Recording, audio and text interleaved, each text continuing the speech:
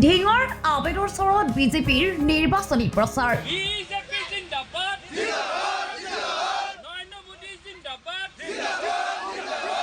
দুই শতাধিক কংগ্ৰেছ আৰু AIUDFৰ কৰ্মীয়ে যোগদান কৰে ভাৰতীয় জনতা পাৰ্টিত।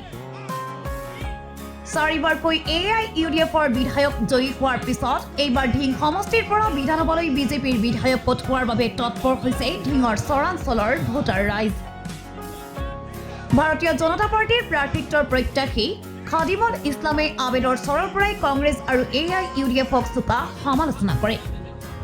সমষ্টিটোৰ আবেদৰ চৰৰ হাফিজিয়া মাদ্ৰাছাৰ প্ৰাংগণত এখনি বিজেপিৰ কৰ্মী সভাত বিজেপিৰ প্ৰাৰ্থিত্ব প্ৰত্যাশী খাদিমুল ইছলামৰ তৎপৰতাত চৰৰ 2 শতাধিক বিভিন্ন দলৰ কৰ্মীসকলে ভাৰতীয় জনতা পাৰ্টিক যোগদান কৰে। যোগদান কাৰ্যসূচীটোত নগাঁও জিলাৰ সংখ্যালঘু মৰ্চাৰ সভাপতি নুৰুদ্দিন আহমেদো উপস্থিত থাকে।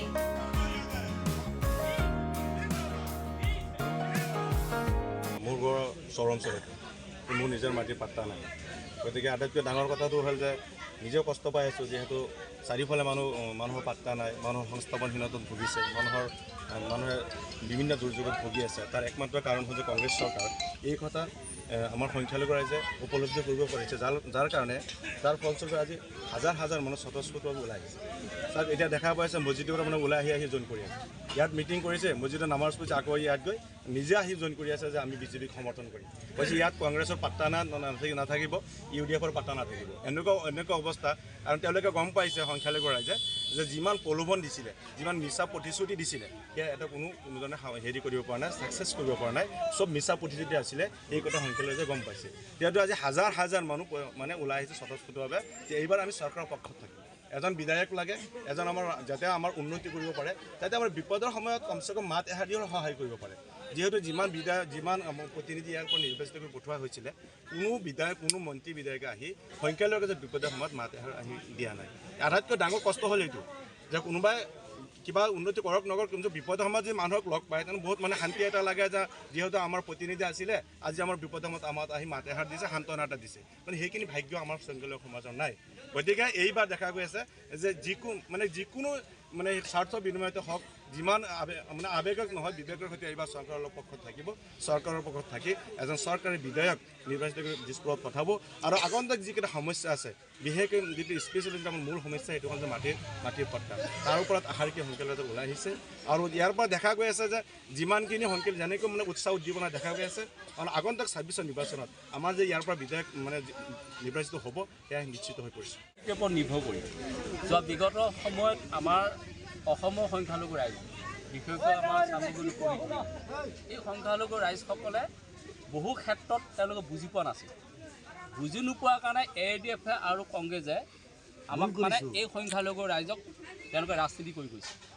এতিয়া লাহে লাহে আমাৰ সংখ্যালঘু ৰাইজসকলক সজাগ আৰু সচেতন হৈছে যে আমাক যদি ভৱিষ্যত আমি ইয়াত যদি উন্নয়ন হয়, আমি যদি শান্তিয়ে থাকিব লগা হয়, আমি যদি অসমৰ লগতে ভাৰতৰ যদি উন্নয়ন কামনা কৰোঁ, তেনেহ'লে একমাত্ৰ হ'ল ভাৰতীয় জনতা পাৰ্টি আৰু বিজেপিৰ লগত থাকিলে আমাৰ সেইখিনি হ'ব। যাৰ কাৰণে আজি যি অঞ্চলত জীৱনত এনেকুৱা ধৰণৰ মিটিং হোৱা নাছিল, এনেকুৱা ধৰণৰ মানুহ বিজেপি জইন হোৱা উদাহৰণ হোৱা নাছিল, তেওঁলোকে স্বতঃস্ফূৰ্তভাৱে আহিছে ওলাই যে বিজেপিক সমৰ্থন কৰিবৰ কাৰণে। এটাই আহি থকা বিধানসভা নিৰ্বাচনত ঢিঙৰ পৰা এইবাৰ UDF আৰু কংগ্ৰেছৰ ওচৰতে থকা ব্ৰহ্মপুত্ৰত যাতে নদী যাতে দলিয়াই দিব পাৰে, তাৰ প্ৰতিজ্ঞা লৈ আজি তেখেতলোকে ইয়াত আহিছে। ইয়াৰ প্ৰমাণ আমি আহি থকা বিধানসভা নিৰ্বাচনত বিপুল ভোটত আমাৰ প্ৰাৰ্থীক আমি জিকাই লৈ যাব পাৰিম। কংগ্ৰেছ দলে বহুত বছৰ শাসন কৰিলে। আমাৰ যিসকল সংখ্যালঘু ৰাইজৰ জ্বলন্ত সমস্যা আছিল, সেই কোনোদিনাখনে তেওঁলোকে কিন্তু সমস্যা সমাধান কৰিব চেষ্টা নকৰিব। উচ্ছেদেই হওক, শিক্ষা জগততেই হওক, ভোটখিনি নিয়াৰ সময়ত তেওঁলোকে মুছলমানৰ প্ৰতি মৰম দেখুৱাই ভোট লৈ যোৱাৰ পিছত আমাৰ মুছলমানসকলৰ যিখিনি আমাৰ সমস্যা আছে, সেইখিনি তেওঁলোকে কোনোদিনাখনে সমাধান কৰিবৰ কাৰণে চেষ্টা নকৰে। আৰু AIUDF দলৰ কথাটো নকওঁৱেই, কাৰণ তেওঁলোকে গৈ পেলাই AC ৰুমত বহি থকা বাহিৰেতো একোৱেই কৰিব নোৱাৰে, কাৰণ 6-7টা MLA নিব আৰু পানী কুটি আমাৰ মুছলমান মানুহসকল ধুনীয়া আৱেগৰ কথা কৈ ভোট লৈ যায়। আৰু আৱেগৰ ওপৰত কেতিয়াও এটা সমষ্টি উন্নয়ন হ'ব নোৱাৰে। আৰু সেইকাৰণে আমাৰ এতিয়া সংখ্যালঘু ৰাইজসকলে এইবাৰ বিশ্বাস যে এবাৰ ভাৰতীয় জনতা পাৰ্টি বিপুল ভোট দিব।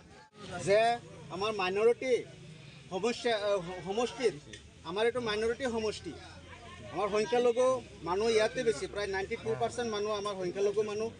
আমাৰ ইয়াত যদি আমাৰ মাইনৰিটি অৰ্থাৎ সংখ্যালঘু এজন কেণ্ডিডেট দিয়ে বা আমাৰ বিজেপি চৰকাৰে যাকেই দিয়ে, বিশেষকৈ আমাৰ সংখ্যালঘু মানুহক যদি ইয়াত টিকেট প্ৰদান কৰে তে নিশ্চয় আমাৰ ইয়াৰ মানুহে মানে কোনো আপোচবিহীন ভোট দিব আৰু বিজেপিৰ জয় জয়কাৰ হ'ব।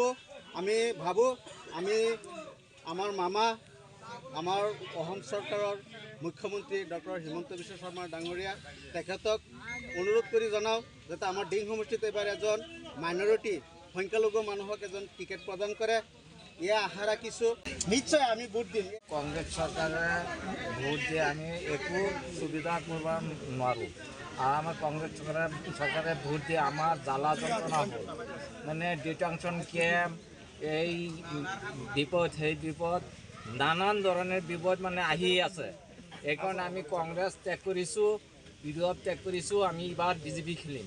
আমাৰ সকলো ৰাইজ চৰ অঞ্চলৰ সব মানুহে বিজেপি খেলিম। আমাক চৰকাৰত থাকিবলৈ কাৰণে মানে আমাক একটা সুবিধা দিবলৈ লাগিব।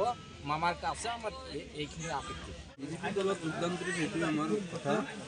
তাৰমানে সৰু সৰুটা বয়স যিটো ভোটাৰ হৈছে কংগ্ৰেছৰ তাৰ ইউ ডি এফত ভোট দি আছোঁ, কিন্তু সিহঁতক ভোট দিয়ে কোনো উন্নয়নেই পোৱা নাই, লাভ হোৱা নাই। এতিয়া মই যে পাৰ্টি দিছোঁ যে এইবাৰ কংগ্ৰেছক বা ইউ ডি এফত ভোট নিদিওঁ, বিজেপিত ভোট দিম। News desk report 24 Assam.